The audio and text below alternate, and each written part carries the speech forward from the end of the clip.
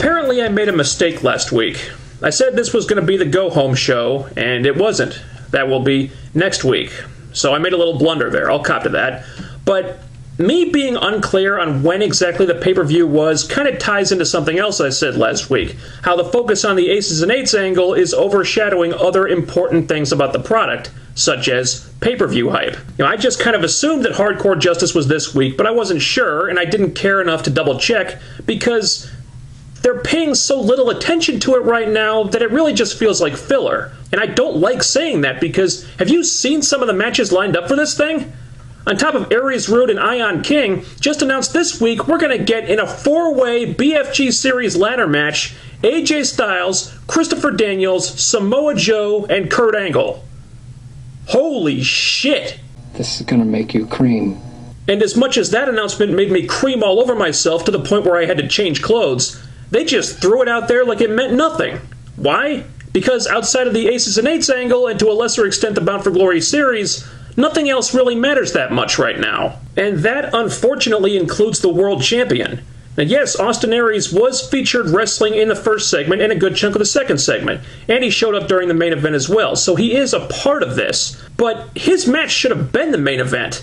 Instead, a match with the World Champion, the X Division Champion, and the two #1 contenders has to play second fiddle to Angle and Storm for storyline-dictated reasons that have been building up the entire night. Now, you can argue that those two guys have more star power and this was a bigger match, but the focus of the segment wasn't on them, it was on the Aces and Eights angle. And that angle has been shown to draw viewership, so I understand why they're doing this. But when you're juggling multiple balls at the same time, you can't keep your eye on just one. Austin Aries should feel more important than this. As the man who dethroned the longest reigning world champion in the history of the company, he shouldn't be playing second fiddle to anyone or anything right now. But instead, as soon as he won the title, his push kind of cooled off. And as a first-time world champion, in this company anyway, that's the worst thing that could have happened to him. I really like that they started off with a wrestling match this week. And too often shows like this get formulaic and thus predictable, reference WWE Raw, so it's refreshing to see them change up the formula once in a while and start right out of the gate with a match instead of a promo. And oh man, was this a match I never thought I'd see in TNA. Bobby Roode and Zema Ion versus Austin Aries and Kenny King, the pairing that I've now dubbed the greatest men that ever lived. This was some really good stuff right here, and it got close to 20 minutes. Maybe it slowed down a little bit in the middle there when the faces were isolating Ion or the heels were isolating Kenny King, but hell, I'm not complaining.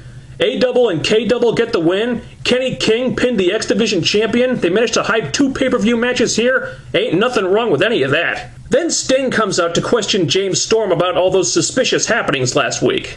Storm once again denies all of it, and he says that if he has a problem with someone, he handles it like a man, and he's not about being all sneaky like these A&H's characters. And this was a good segment, the performances were fine, and maybe it's just me, but it feels like there was a lot of beating around the bush here, and it really seems like they were working hard to avoid the obvious answer to all this. That being that with the Aces and Eights making Storm look as guilty as possible, working so hard to incriminate him while at the same time making a big show of staying away from him, that this being misdirection and Storm being set up as a scapegoat is really the only thing that makes sense in this situation. And it felt to me like they were trying really hard to not bring that up, which makes it all the more obvious if that is indeed where this is all going. So Sting says he'll be at ringside for the main event, and this kicked off an angle where throughout the night all these other guys say they'll be at ringside during the main event in case the A&H's show up, and that makes sense.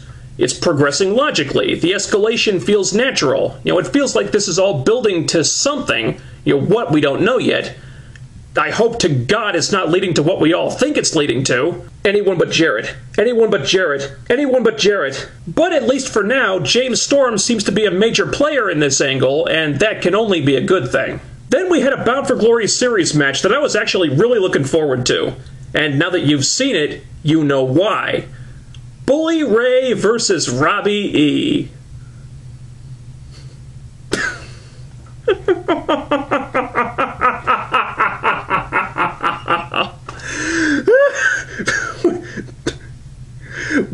Bully Ray crushed him in like 60 seconds. Yes! Yes! Yes! Yes! Yes!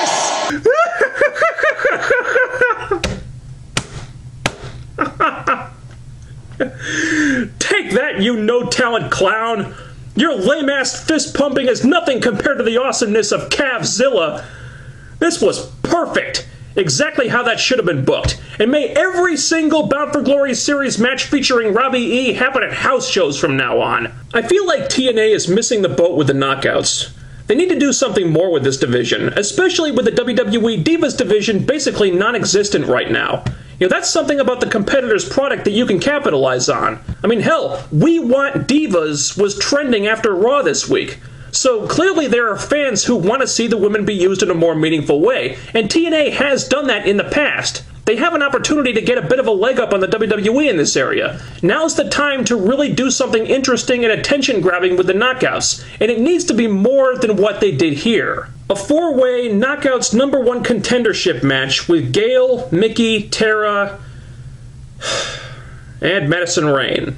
Clearly, one of these superstars is not like the others. Was this a bad match? No, not really. A little chaotic at times, but not bad at all. And it was more screen time in one match than the WWE Divas division has gotten in like the last 2 months, and that's good. But I hated it. Because the second you saw who the referee was, you knew exactly what the finish was going to be. Play the clip.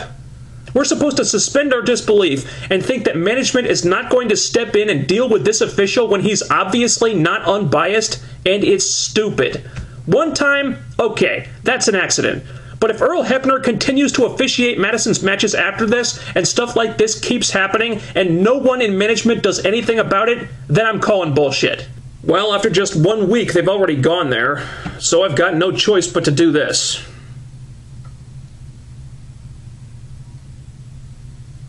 Oh, what a bunch of bull.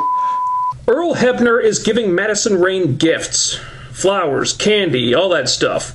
Earl Hebner has made 2 bad calls in a row that favored her, allowing her to win matches when she was the one who should have lost. Earl Hebner is not an impartial referee. He's obviously biased towards Madison Rayne, and yet he continues to be allowed to officiate her matches, and he'll probably continue to do so, and it makes no sense. This is why I can't stand crooked referee angles. We're supposed to believe that company management is just going to look the other way and not do a damn thing about this? That Brooke Hogan wouldn't at least get a different referee for the knockout matches? And it's stupid. This whole show is ridiculous!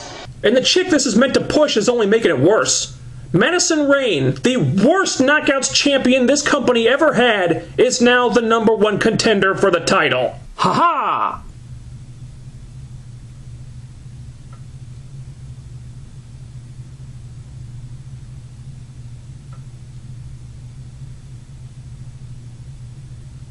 TNA, why are you even going there again?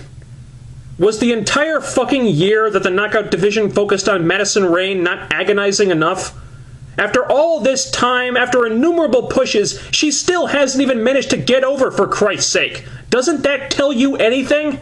You people are fools! Do I think she's gonna win the title? No. They'll probably have Hebner do a ref bump or something and then someone else will count for Tessmacher, but that doesn't mean I want to see it. Do you? Yes, but only because it annoys you. Well, fuck you very much. Does anyone who matters want to see Madison Rayne in another title match? Anyone? Anyone?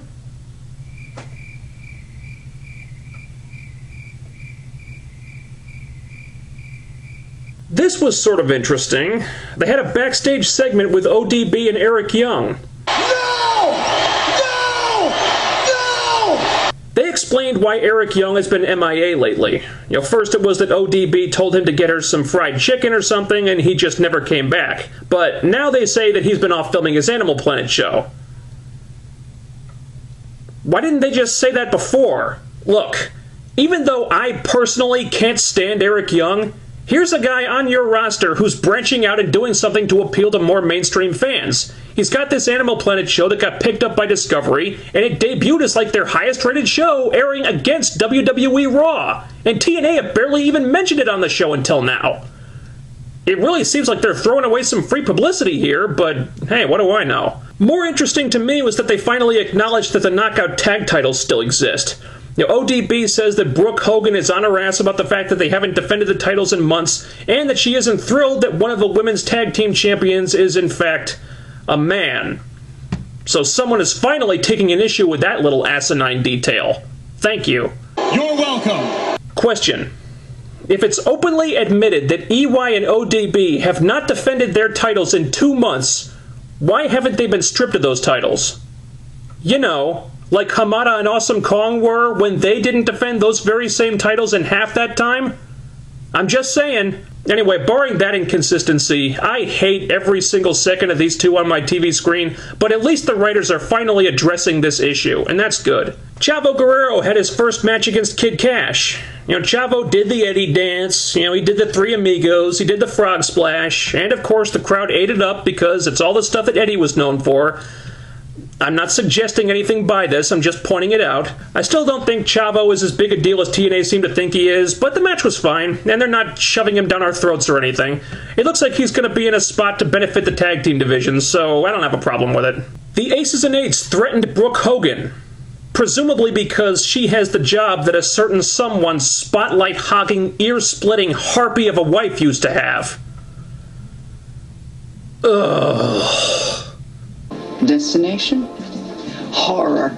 Don't you even fucking think about it, TNA. Oh, Jesus Christ. Kaz and Daniels threw Clare Lynch a baby shower.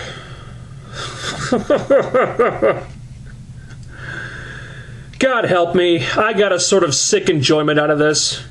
Don't get me wrong, this storyline jumped the shark weeks ago, but as long as Christopher Daniels carries the bulk of the mic work, these segments will be entertaining in a car wreck sort of way. As we've already established, Daniels is the only person involved who seems to realize how stupid this angle is, and is just trying to have fun with it. And honestly, he looks like he really is having a ball with this stuff, and that makes him fun to watch.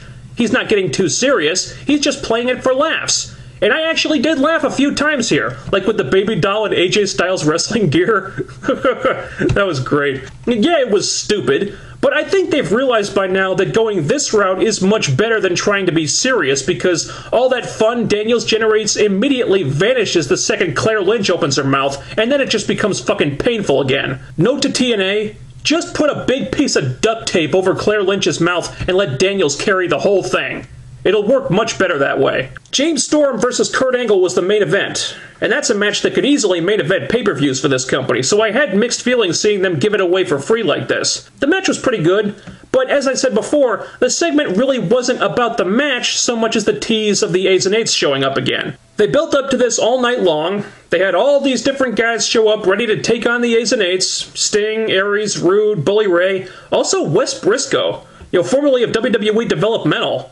I'm not familiar with Wes Briscoe, so I can't really comment, but it's interesting that he showed up here, given that he's rumored to be a part of the A's and Eights. I wonder if this will be the start of an angle where they begin to infiltrate the show in plain sight.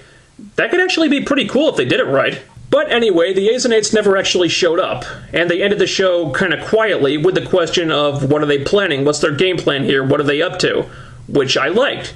The beatings were getting kind of excessive, so to have a break from that for a week was nice. Also, to have them not show up when everyone sort of expects them to is a new wrinkle in this. Having them go against what the fans' expectations are, instead of just ramming them down our throats every single week, like certain other factions in the past have been, and I think we all know which ones I'm talking about, is something that can help keep this angle feeling fresh, whereas those others did not. Another really good impact this week. However, the same issues are still there. The focus on the A's and Eights angle, and to a lesser extent the Bound for Glory series, let's not forget about that, is still taking away from a lot of other things. Yes, it's well done. Yes, you can say it's drawing some ratings, but things like pay-per-view hype need attention too. The announcement of the 3 Fatal 4-Way matches at Hardcore Justice pretty much flew under the radar, which is a damn shame because those could be real show stealers. I mean, hell, Styles, Daniels, Joe, and Angle alone could be match of the fucking year. I'd like to see that get some real hype behind it instead of just randomly announcing the match with a graphic and that's it. Still, a strong impact, but TNA, do me one favor. Next week on the Go Home show, focus on Hardcore Justice. Spotlight your world champion and don't have him play second fiddle to a bunch of guys in masks, okay? I'll see you then.